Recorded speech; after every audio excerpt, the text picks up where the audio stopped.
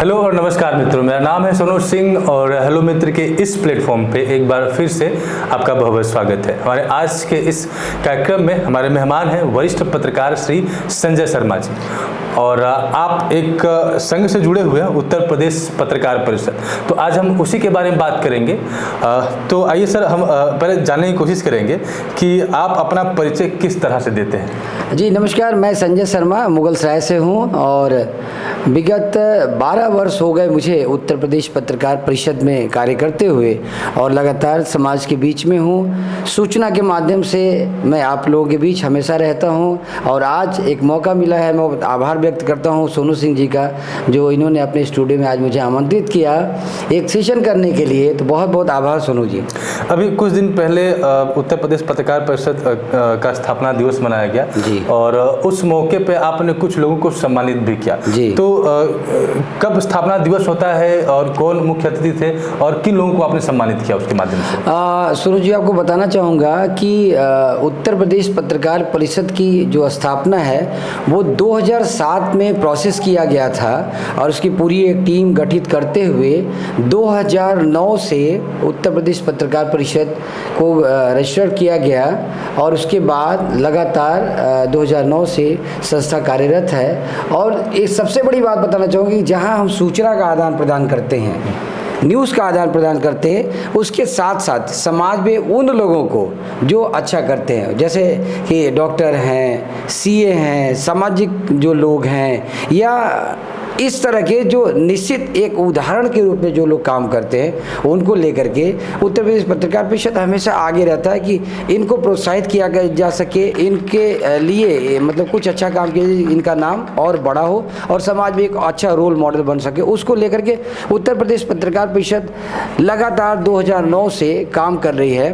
और मैं आपको बताना चाहूँगा कि जनपद अगर चंदौली की अगर हम बात करें तो 2012 से लेकर के अगर 2023 की अगर हम बात करें तो वहाँ तक, और अभी विगत जो इस वर्ष में 2024 में मैंने जो किया, तो लगभग हम 450 से ज़्यादा लोगों को उत्तर प्रदेश पत्रकार परिषद द्वारा जो है पूर्वांचल सम्मान और उत्तर प्रदेश गौरव सम्मान दे करके समाज के विभिन्न क्षेत्र के जो लोग हैं उनको सम्मानित करने का जो अवसर मुझे मिला है संगठन के माध्यम से, कहीं ना कहीं मैं इसमें सफल रहा और लोगों तक मैं पहुंच पाया हूं। मैं अगला प्रश्न यही पूछना चाहता था कि उत्तर प्रदेश पत्रकार परिषद बाकी परिषदों से या संघ से किस तरह से अलग है, इसका जवाब आपने अभी दे दिया। तो उत्तर प्रदेश पत्रकार परिषद का जो गठन हुआ था या आपका इस परिषद से जो जुड़ना हुआ था वो किस उद्देश्य के साथ हुआ था? उत्तर प्रदेश पत्रकार परिषद में जुड़ना एक बहुत छोटी सी एक घटना है जो मेरे जीवन में घटित हुआ, उसको लेकर के मैं बड़ा इंस्पायर हुआ।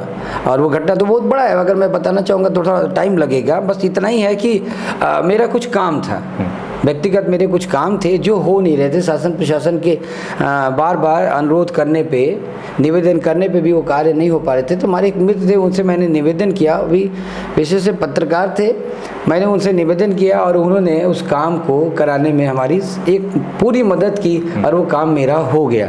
तो मैं बड़ा उनसे इंस्पायर हुआ कि ये एक बड़ा प्लेटफॉर्म है। अगर मैं मीडिया में जाता हूँ, मीडिया के साथ अगर जुड़ता हूं, तो निश्चित कहीं ना कहीं मैं भी समाज में एक अच्छा नाम कर पाऊंगा और समाज हित में मैं कुछ काम कर पाऊंगा। तो मैं उनसे इंस्पायर होकर के ही मैं मीडिया में आया। और सबसे बड़ी बात मेरे लिए जो बड़ा महत्वपूर्ण है, मैं आपको बताना चाहूँगा कि मेरे लिए बड़ा महत्वपूर्ण है कि मैं बनारस में अपना कैरियर शुरू किया, उसके बाद मैं लखनऊ तक गया और लखनऊ से वापस मैं जनपद चंदौली आया, क्योंकि आप लोगों को जानकारी होगा पूर्व चेयरमैन चकिया श्री अशोक बागी जी की पत्नी चकिया में चेयरमैन थी, जिन्होंने मुझे जो है इस मीडिया लाइन में एक बड़े पद पे उतारने में हमारा उन्होंने मदद किया था। और जनपद चंदौली में अशोक बागी जी द्वारा ही मैं इंट्रोड्यूस हूँ, और आज वो हम लोग के बीच नहीं है, विगत अभी कोविड में वो एक्सपायर कर गए, मैं उनको नमन करता हूँ। तो मेरा जो नाम है आज अगर जनपद में मेरा नाम है तो ये नाम बड़ा करने में एक बहुत अहम भूमिका अगर है, अगर लाने में अगर अहम भूमिका है तो अशोक बागी जी का है। और संगठन की बात अगर करें तो निश्चित पग पग पे प्रतिदिन अगर हम बात करें तो कहीं ना कहीं हमारे जो राष्ट्रीय अध्यक्ष है श्री राजेश मिश्रा जी, उनका हमेशा सहयोग रहता है, उनकी शुभकामना रहता है कि मैं दिन प्रतिदिन अपने काम को अच्छा करने का प्रयास करता हूँ। जुड़ने का किस्सा तो आपने शेयर किया, लेकिन जब हम किसी कार्य में जाते हैं, खास तौर से पत्रकारिता में जी, तो कभी कभी जीवन बड़ा रोचक होता है जी। कुछ ऐसे रोचक किस्से जो आपके सामने आए एक पत्रकार के तौर पे?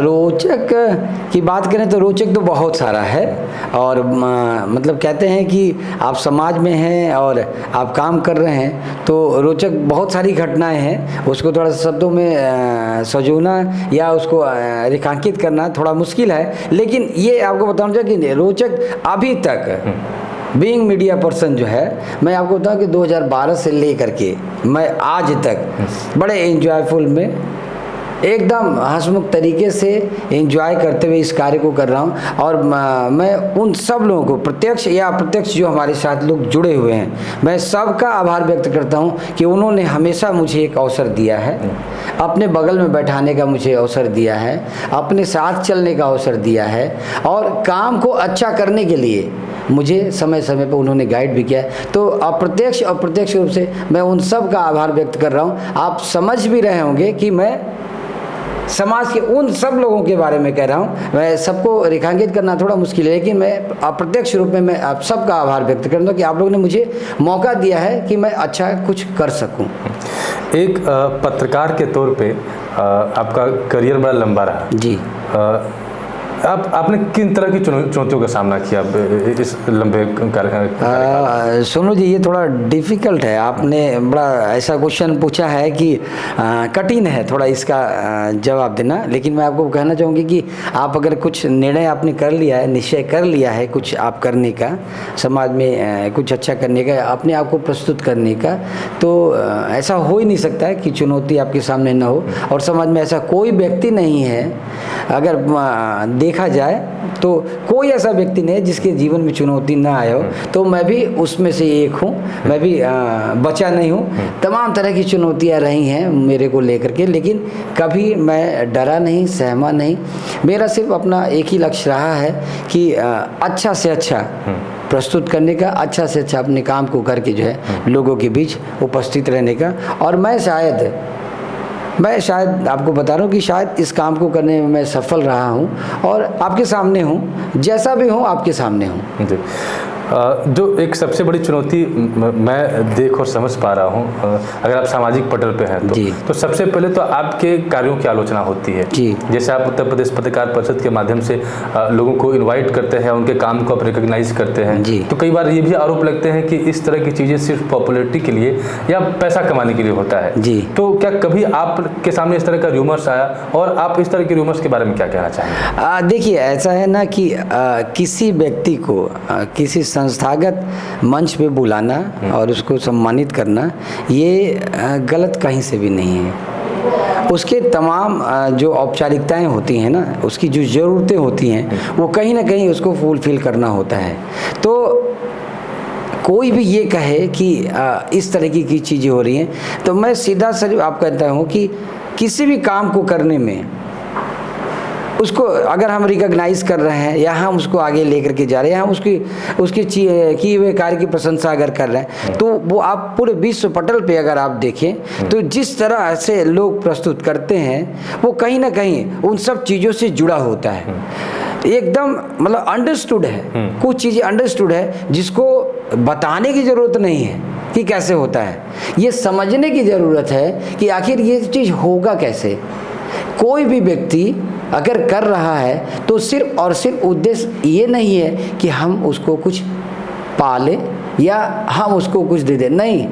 उसने जो किया है, अगर आज तक की अगर बात करें तो जो उसने किया है बड़ी लगन, मेहनत और परिश्रम से किया है। रात दिन उसने एक किया होगा, मेहनत किया होगा, चाहे उसने पढ़ाई किया होगा या अपने काम को किया होगा। अगर हम उसकी चीज़ों को प्रशंसा कर रहे हैं तो आप सिर्फ इतना ही मत सोचिए कि सिर्फ हमने उसकी प्रशंसा एक मंच पे की है।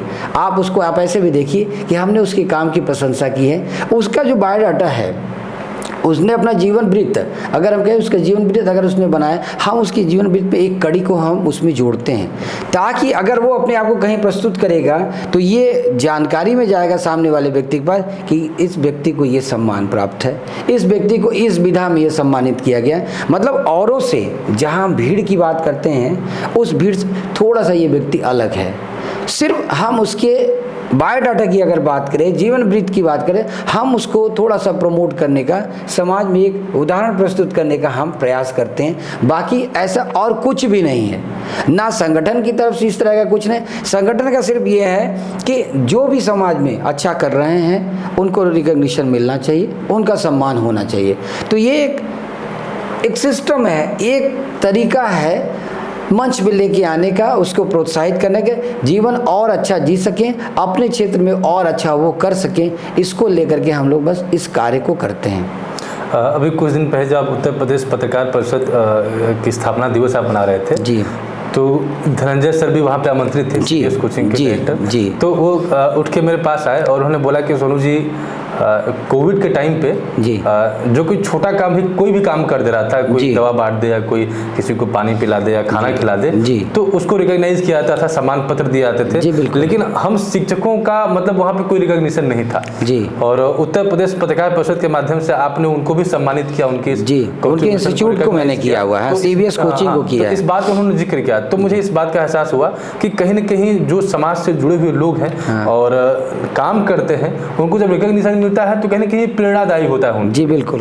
तो बहुत बहुत आभार आपका कि अपने परिषद के माध्यम से आप ऐसे लोगों को रिकॉग्नाइज करते हैं। एक चीज़ मैं सोनू जी और आपको बताना चाहूँगा, जहाँ आपने कोविड की बात की, तो कोविड के बारे में और कोविड के टाइम में मैंने जो संगठन के माध्यम से जो कार्य किया, थोड़ा सा मैं आपको बताना चाहूँगा। मित्रों, आपको भी जानकारी होगा ही, जानकारी आपको निश्चित होगा, क्योंकि जब मेरा फंक्शन मतलब उत्तर प्रदेश पत्रकार परिषद का कार्यक्रम होता है तो पूरे जनपद में सूचना होती है और मैं बिल्कुल समाज के बीच में ये सूचना देके ही करता हूँ। कोविड के टाइम में जहाँ पे हर विभाग के लोग, हर संगठन के लोगों ने काम किया है, वो चाहे किसी भी क्षेत्र के लोग हों, उन्होंने काम किया। तो कोविड के टाइम में जिला प्रशासन द्वारा अनुमति लेकर के रामकृष्ण महिला विद्या मंदिर इंटर कॉलेज जो स्टेशन के पास में है, वहाँ मैंने एक कार्यक्रम किया था कोविड-19 में। और मैंने उसमें सामाजिक संगठन की अगर बात करें, समाज से जुड़े लोगों की अगर हम बात करें, तो हमने हिंदू, मुस्लिम, सिख, ईसाई के साथ साथ, जहाँ कहते हैं कि हर राजनेता की बात करें या विश्व पटल पे बात करें या राष्ट्रीय लेवल पे अगर बात करते हैं, तो हमेशा एक संबोधन होता है हिंदू, मुस्लिम, सिख, ईसाई आपस में भाई भाई। मैंने इस कड़ी को थोड़ा सा बदलते हुए एक कदम आगे जाकर के हमने इसमें जो है एक कड़ी और जोड़ता है, जो बोधी लोग होते हैं उनके संगठन को भी मैंने शामिल किया था। हिंदू, मुस्लिम, सिख, ईसाई और बौद्ध धर्म से जुड़े जो लोग थे, इन 5 कैटेगरी के लोगों को जो है मैंने कार्यक्रम में इनवाइट किया था। और 5 लोगों को, जिसमें चढ़दी कलाकार सेवा संस्थान और एक वो ट्रस्ट था, मिड इंडिया करके एक ट्रस्ट है जो अपने पटेल नगर में, सॉरी लाट नंबर 2 पर है। और उसके बाद एक बनारस की एक संस्था है जो मुस्लिम संस्था है वो, हाँ, और लेकिन वो पूरी तरह से बिलोंग करते हैं धानापुर से, उनको मैंने बुलाया था। नगर की संस्थाएं थी और एक संस्था जो बिल्कुल मैंने बनारस से बुलाया था। और वो टोटल 5 लोगों को मैंने जो है कोविड-19 में, मतलब जहाँ पे मैं विभिन्न क्षेत्र के लोगों को मैं सम्मानित करता हूँ, उसमें 5 सामाजिक संगठनों को जिन्होंने कोविड में लगातार काम किया था, उनको भी मैंने सम्मानित किया था। मतलब संगठन के माध्यम से सम्मानित किया गया था और ये गौरवपूर्ण क्षण था। हर व्यक्ति ने इस बात को महसूस किया और अपने आप में एक ये महसूस किया कि मैंने थोड़ा सा, अगर हम बात करें थोड़ा सा, कि मैंने थोड़ा सा अच्छा काम किया तो मैं आज मंच पे आया। तो रिकॉग्निशन बहुत ज़रूरत है, हर व्यक्ति की ज़रूरत है और हमेशा उस व्यक्ति को मिलना चाहिए ताकि वो जीवन में और अच्छा कर सके। उसको प्रोत्साहन की ज़रूरत है, चाहे वो व्यक्ति किसी भी लेवल पे, प्रोत्साहन की ज़रूरत हर व्यक्ति को होता है और प्रतिदिन होता है, प्रतिदिन होता है। अगर आप कहीं भी जाए, प्रतिदिन की उसकी आवश्यकता है। तो हम उस काम को करने में प्रयास करते हैं। लोगों की शुभकामनाएँ मेरे साथ हैं, लोगों का आशीर्वाद है और मैं इस काम को कर पाता हूँ जो है। अच्छा लगा कि आप हमारे साथ जुड़े और आपने अपनी बातों को बेबाकी से रखा जी। इस वीडियो में सिर्फ इतना ही। जो भी लोग किसी भी प्लेटफॉर्म से हमारे वीडियो को देख रहे हैं, अगर वीडियो पसंद आया तो आप वीडियो को अपने दोस्तों के साथ साझा करें। इस वीडियो में सिर्फ इतना ही। मिलते हैं आपसे अगले एपिसोड में, तब तक के लिए नमस्कार। जी नमस्कार।